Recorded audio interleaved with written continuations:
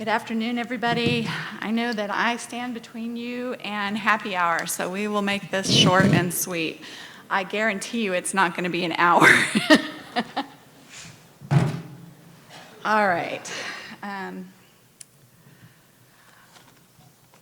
I want to point out in the room are members of the feasibility study team, but also our sponsors are in the room. So General Land Office is in the room. I can see a few from the Gulf Coast Protection District. You guys should raise your hands so that people can ask you questions after the game's on, okay?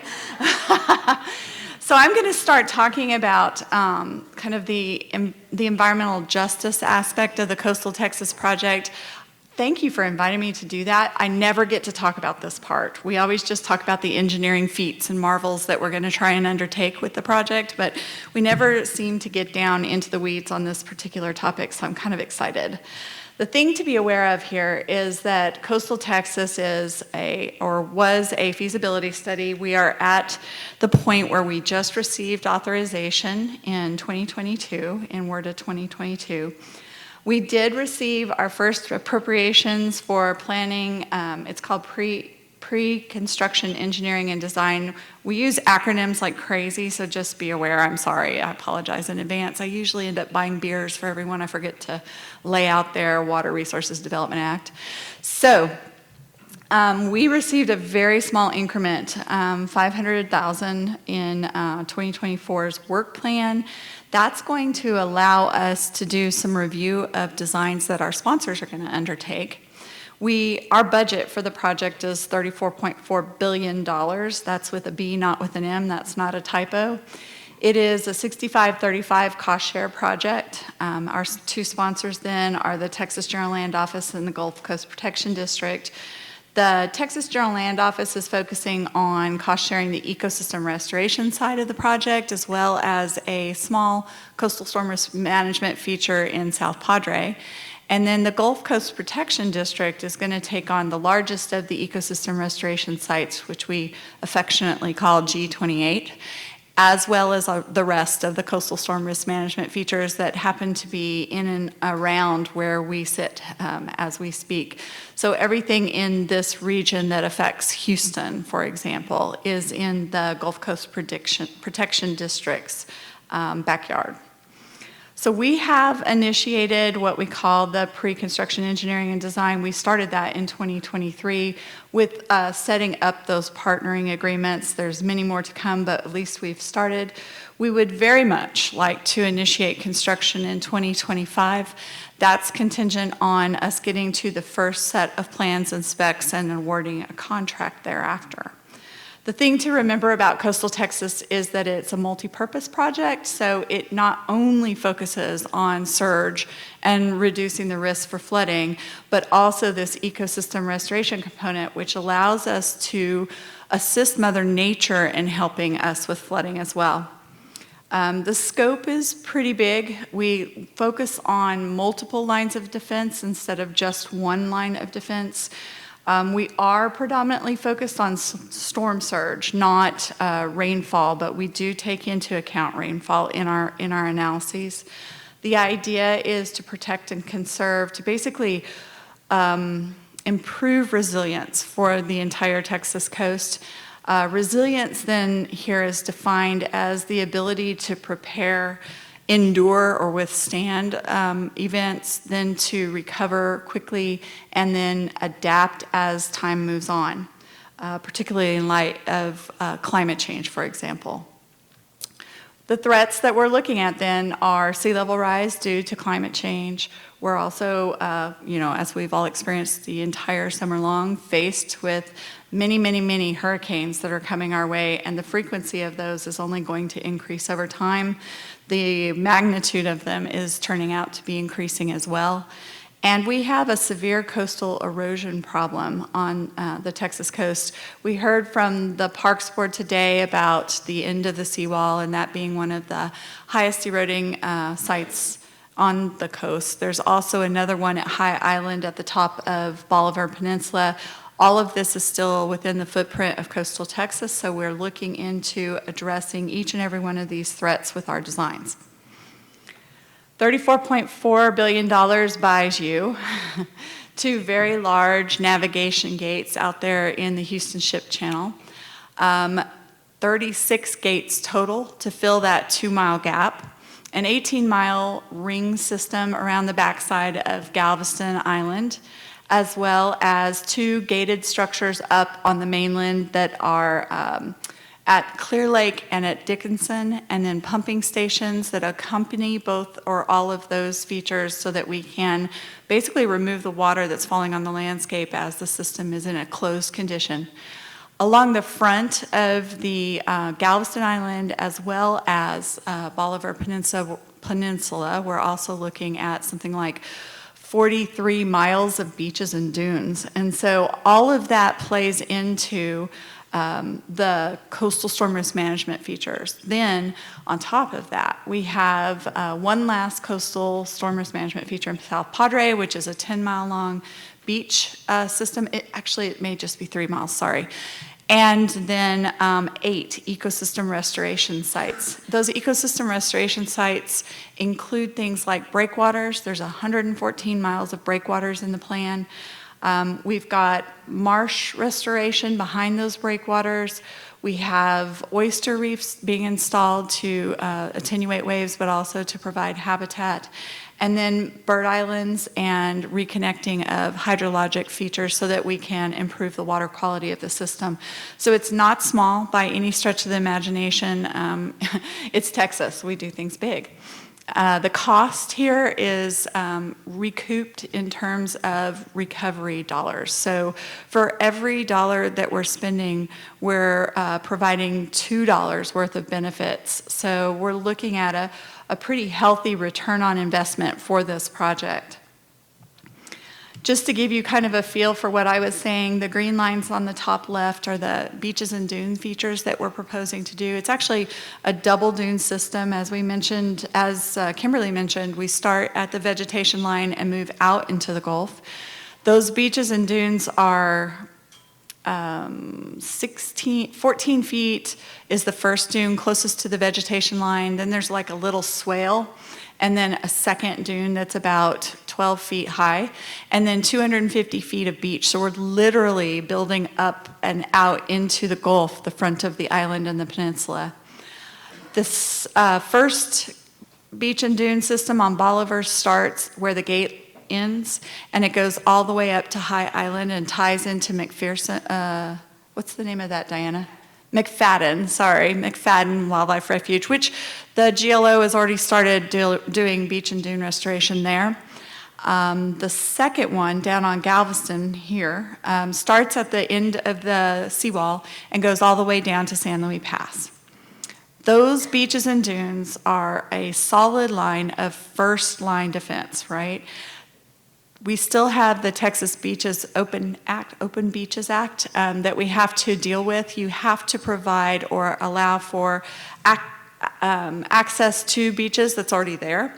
And so what we'll be doing is either creating drive-overs in those zones where they're allowed to drive on the beach so that they can access the beach still, but also walkovers, something similar to what you've seen out there by Delmarva, but also down at South Padre. The intent is to still allow access to the key resource on this island that provides massive amounts of benefits in terms of tourism. The gates are the big feature, though. They're the ones that are going to take the longest and are going to be the most costly, but they also provide 65% of the risk reduction of the entire system.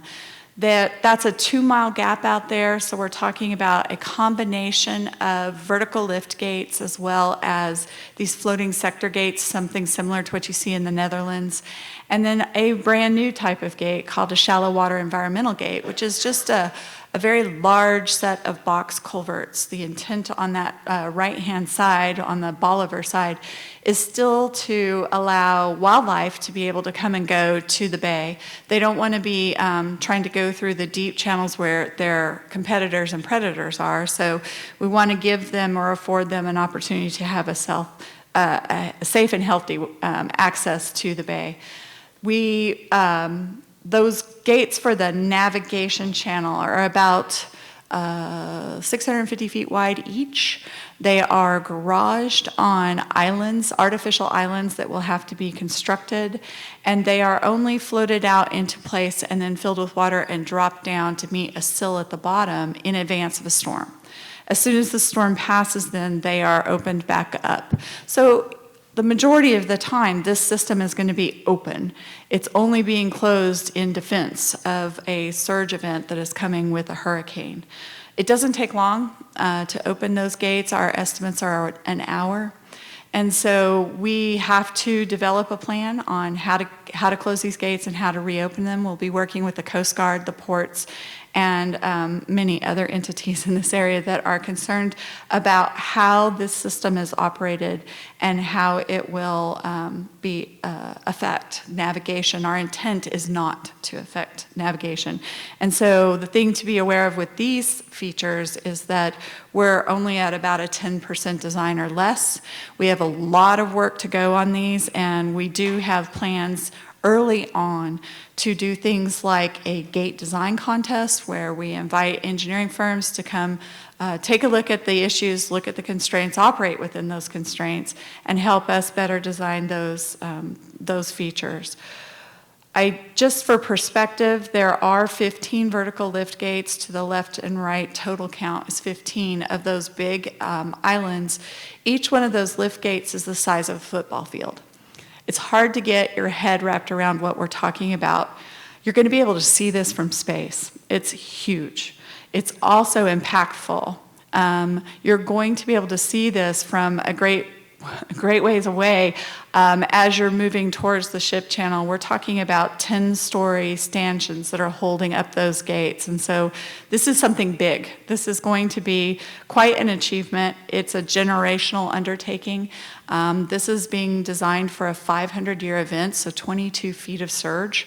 What we've been doing in the last few years is assessing what the risks are, and what we're seeing is without some form of barrier in this area, the water is basically sucked up the Houston ship channel like a straw. Surge is basically funneled into that deep draft navigation channel and moved up into downtown Houston.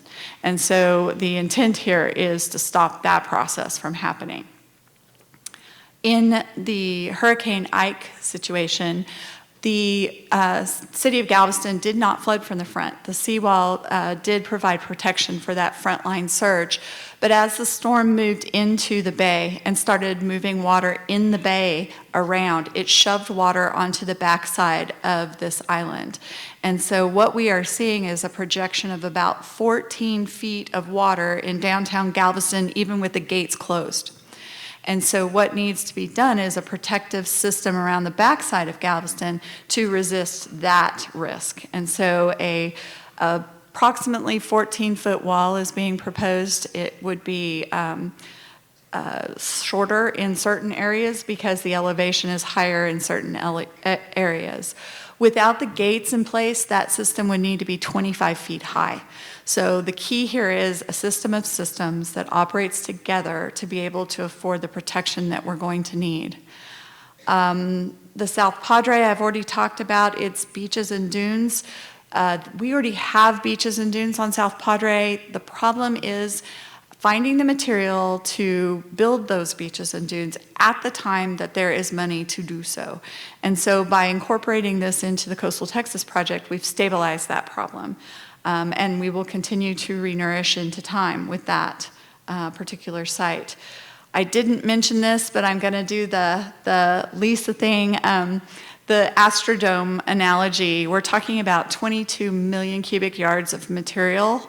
So I get to multiply you by 15, I think.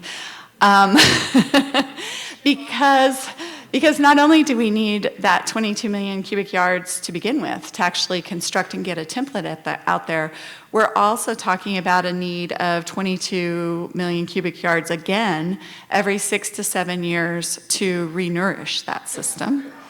And we're looking at finding that sand out on the Sabine held banks. That's two separate offshore sites that are more than 20 miles out. The problem with that is that they're in almost 80 feet of water, and that's almost the limit of dredges.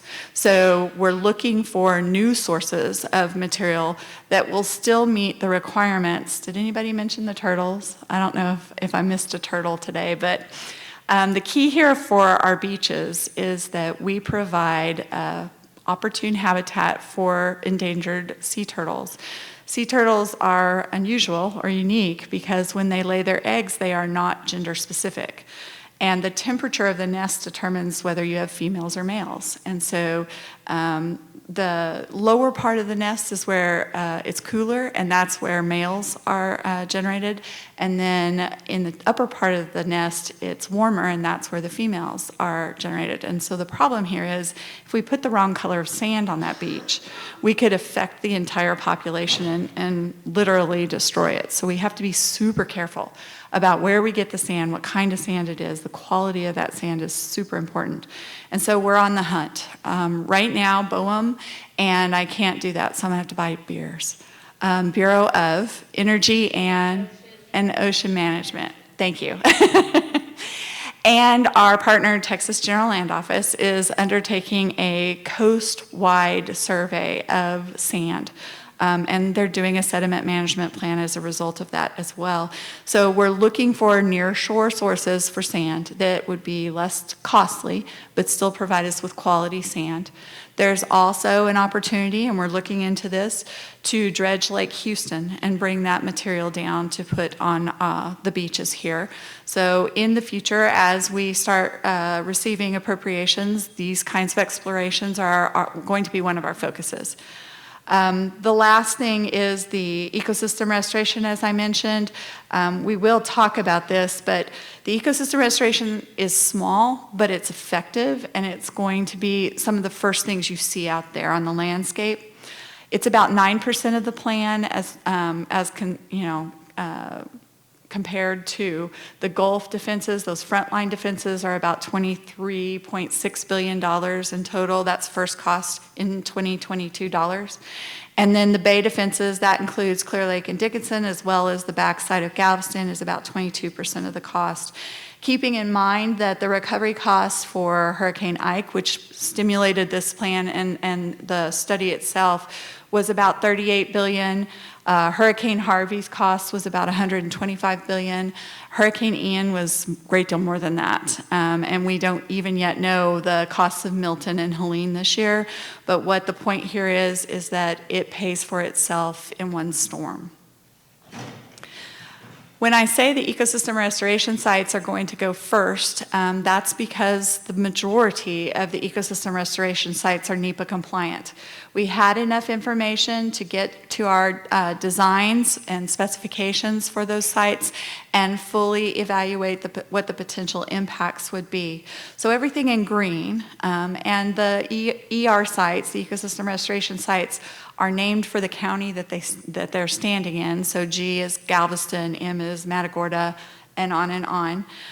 Those bottom sites are ready to roll. We could, with appropriations, we could start on those design and construction activities first. The other sites, the ones in yellow, have a few things still remaining before they're fully NEPA compliant. The yellow ones are sand sourcing issues.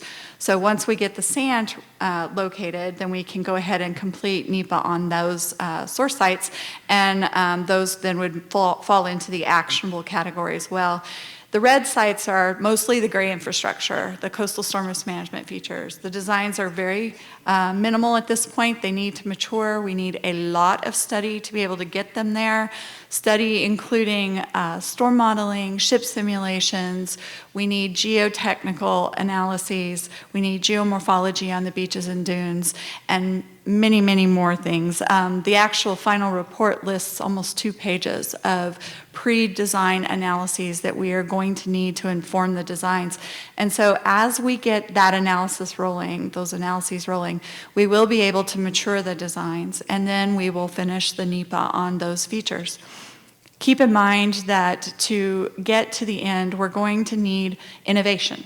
We're going to need people thinking hard about how to do this in a cost-effective manner with the least impacts to the environment. And so we will be doing something called a commercial solutions opening, which allows for big ideas to be presented to the Corps, and then we would then consider those and possibly fund those. I'm trying to think of a few of these. I had a couple of conversations with some folks on engineering for ecosystem restoration, but high-performance concrete is one of the things that we're looking into. Three-dimensional modeling and creation of pieces and parts of the gates underwater so that we don't have to dewater that area would be a huge cost savings, but it's never been done. And so we will be giving an opportunity for big brains to put their heads to this to help us get to final designs. So here's where we're at. We've finished the feasibility study. We have received authorization. We did receive the new phase decision that was required to move into pre-construction engineering and design. And we are now moving through that. The way you get through PED is you finish with your first set of plans and specs. So we will be working on that over the course of the next year or so. And then we move into construction.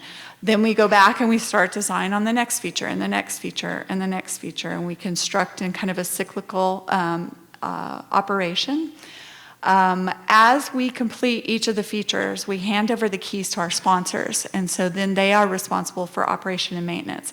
So that's kind of the outlook of where we're at and where we're going. I will point out that we've got a lot of sites. I talked really fast.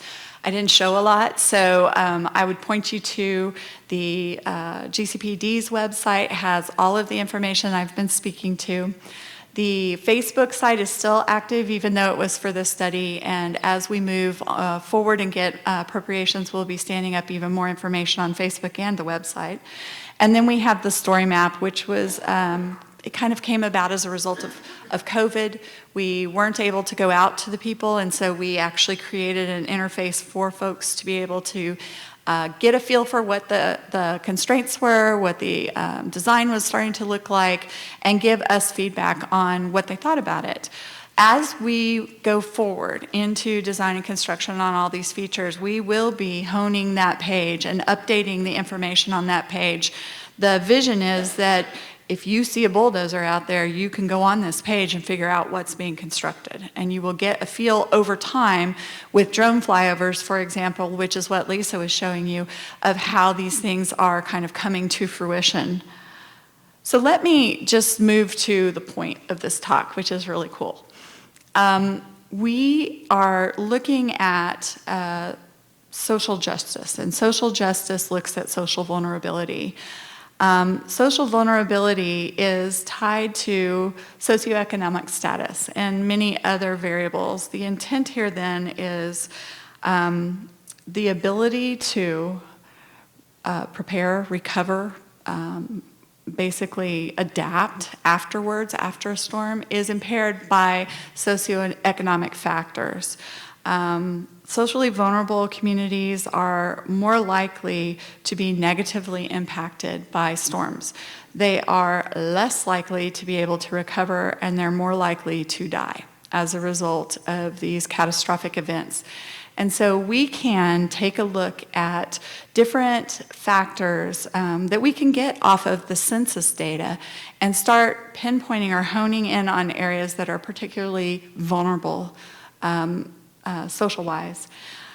I get to be IHOP. The way you do this is you layer pancakes. You layer different features or factors of the socioeconomic analysis, and you pinpoint areas of hotspots. So the CDC runs information out of the census data. So the last one was in 2020, and they collect information about households. Are you below the poverty line? Are you employed or unemployed?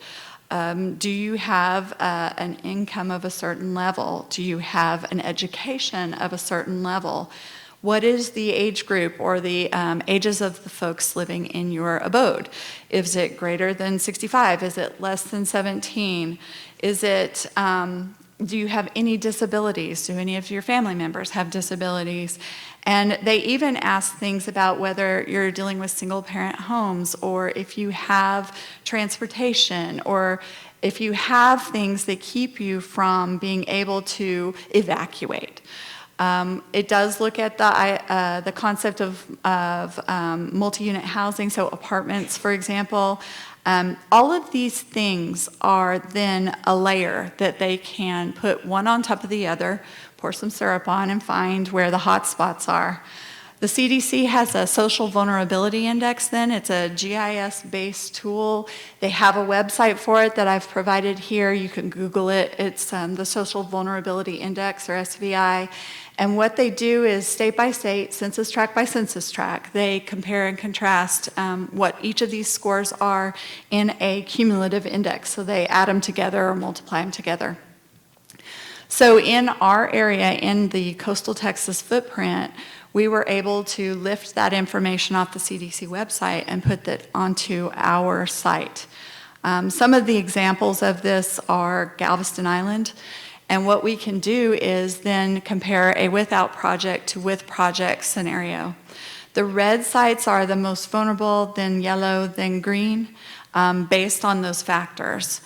You can tell on the left that right where we stand is where you can expect to see water on the streets, for example. And with the barrier on the backside of this island, we are reducing the potential flooding risk here. That just so happens, and I'm telling you this, we did not pick areas that were socially vulnerable. This is a system of systems plan that looks at a regional scale, at a very high scale. And so there are areas that are not socially vulnerable that are going to be protected, and there are areas that are extremely socially vulnerable that will be protected as well. The key here is that we can look at our alignment, for example, and adjust. One very straightforward example was that our original alignment for the barrier, the ring around the backside of Galveston, did not encompass Fish Village. That's also known as Lindale. I think it's called Fish Village because the streets are named after fish. So it's an area just on the backside over by the ferry. And it has some low-income housing, but also it's very near the hospital, which is where a lot of the nurses live in apartment complexes, for example. And so it's been shown to be particularly socially vulnerable. And so after some public meetings with that area, we adjusted the line to incorporate them instead of to leave them out. That's been done mile by mile along the barrier, along Galveston's barrier. I will tell you that the engineers, the entire PDT, including the colonel, went mile by mile and met with each of those communities and talked them through the plan and how we are making our decisions and what they could do to provide input through the NEPA process so that they could be heard. We will continue to do that into the future as we move into design and construction. We want people to be aware of what we're doing. We want to hear what their concerns are, and we want to address those as much as we can.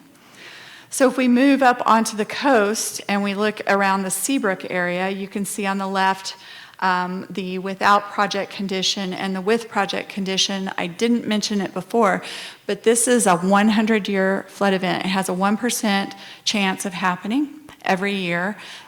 We could see a great deal more water and much stronger storms in the future. So this is just a kind of a go-by. But on the left-hand side, you can see the amount of water that we expect or have modeled in this area versus with the system in place. We still get some flooding, and that's because we can't stop the rain, right? So the rain is still going to fall on the landscape. It's still going to pool and move down the watershed, and it can be backing up behind our barriers, and therefore we are putting in pumping stations to draw that water off the landscape and put it back into the bay. Another example of this is up in the Houston area. I should have capitalized Houston. Actually, I know I capitalized Houston. So let me change that slide. So anyway, this is in Houston General.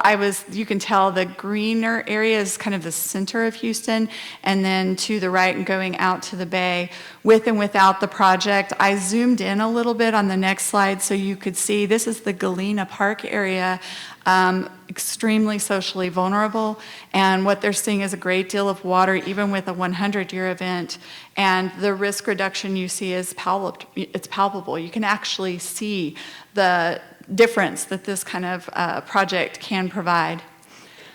So my last slide is we are not done. We have a great deal more outreach to do. We have several changes to the project that are going to kick off environmental impact statements. We will have formal public meetings associated with those, and there will be many opportunities for people to provide input to that process. We have learned and will continue to do public open houses where we take the team to the people. We lay out maps on the table and people can ask questions, and it's important that they do this so that they understand the paradigm, how we're making our decisions, why something is one way and not another way. But it also gives our team an opportunity to understand what the concerns of the communities are and to address those if possible, when possible. Our sponsors have stood up something called community working groups. We started this just before the release of the second environmental impact statement. There are 4 of them to date. One is down in South Padre. One is up on the mainland in the, I guess you would say somewhere halfway between League City and Dickinson. There is one for Galveston Island proper and one for Bolivar. Those are groups of citizens that were appointed to be on those committees.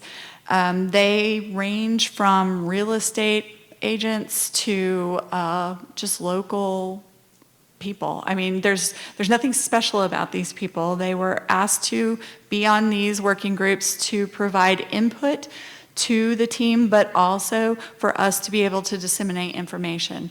We give them information that they can go out and have coffee with friends and talk about, and it's a myth buster.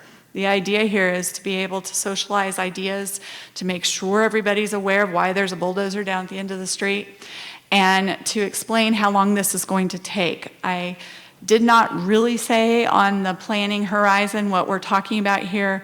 The best case scenario is 20 years. Some of that ecosystem restoration will not take 20 years, but those gates will. And in all likelihood, they will take more than that. If you take a look at the Mazatlan barrier, the Thames River barrier in England, Mazatlans in the Netherlands, we know for a fact that those took over 30 years and some of them took 50 years to fully construct. So we're looking at a long event horizon here. I will not see these constructed. My children will, but I will not. So we are talking in the long term, and we intend to keep this outreach going for that entirety. There's a lot of technical aspects to this, and so we're going to have TED Talks that we're going to call Tech Talks, where we get the engineers to come down to my level and my mom's level and my child's level so that we can understand what a floating lift gate is, for example. We're going to have newsletters, and we have a massive email database. We will continue to build upon that, and we will continue to have what we call targeted stakeholder meetings. Those are focused on groups, environmental groups, for example, the pilots groups, the ports. There are the Chamber of Commerce here. There's a lot of different types of stakeholders that have and are providing input into the system and will benefit from this system. And so our intent here is to keep those connections going and to inform so that we don't have, I guess what we call fake news or myths being distributed across the landscape. We want to be able to combat that with information and provide that frequently. So that's kind of where we're at on environmental justice. How many minutes did I go? I think I'm super short. One of the things I want to do, if I may, is if you go out to the Galveston District website, the U.S. Army Corps of Engineers landing page, I don't know if that's still up. Hold on. I bet it comes back. If you go to the SWG front page for the Corps of Engineers, you will see the Coastal Texas tab, and it will jump you to the Coastal Texas Story Map. That's where the Social Vulnerability Index lies. We don't talk about this very much, but below all of the strategy and the pretty diagrams and finding the report and the pieces and parts of the plan, there are a set of cards that are tools that we developed to basically visualize what the benefits of this particular project might be. And the Social Vulnerability Index is just right there on that page. So if you click on it, the slides don't do this justice. There is a swiper in here. This is a map where you can type in your home address and it zooms to your street. And you can actually, it takes a long time to populate. Well, that's unfortunate. All right, so go to the site, and when you get out there, click on the Social Vulnerability Index, and it will allow you to type in your address, go to your home, and then turn the water off and on with and without the project so that you can see the level of flooding that you are at risk for. And those communities that are socially vulnerable can get a better feel for what the benefits to their community might be with this project. So I'm going to stop, since you guys can't see anything, I'm going to stop there and take questions. I can tell, everybody's ready to go home.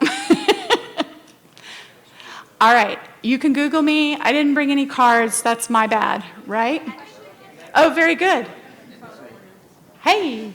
Oh, just out of curiosity, what is the likelihood of that design challenge time frame, do you know? I'm sorry, the likelihood of the design challenge, what? Yeah, time frame.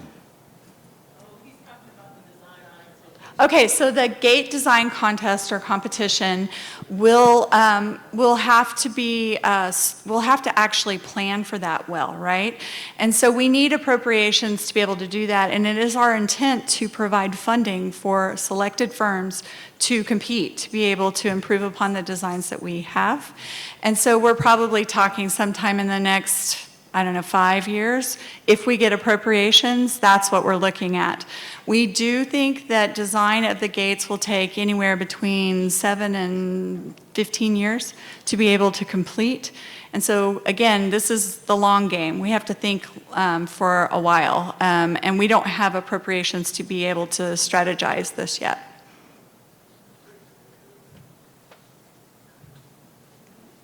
All right. I think I'm done. Please go out, Google me. Oh, I've got somebody on the back row. Very cool. I'll just shout it out. Are you guys looking at any of the mitigation funding that might be available post-Hurricane Harvey to offset the cost share to your sponsors? So we did receive Hurricane Harvey. It's called Bipartisan Budget Act of 2018. We did receive funding from that Recovery Act to complete the study fully federal. So our sponsors only had to pay for the first 5 years instead of 6 years of the study. We did not receive construction funds nor PED funds in the BB18 funding. And we have not been listed as a potential site for any kind of recovery package since then either. So we're still basically looking for funding through the normal channels, which would be the president's budget, the work plan, that type of thing.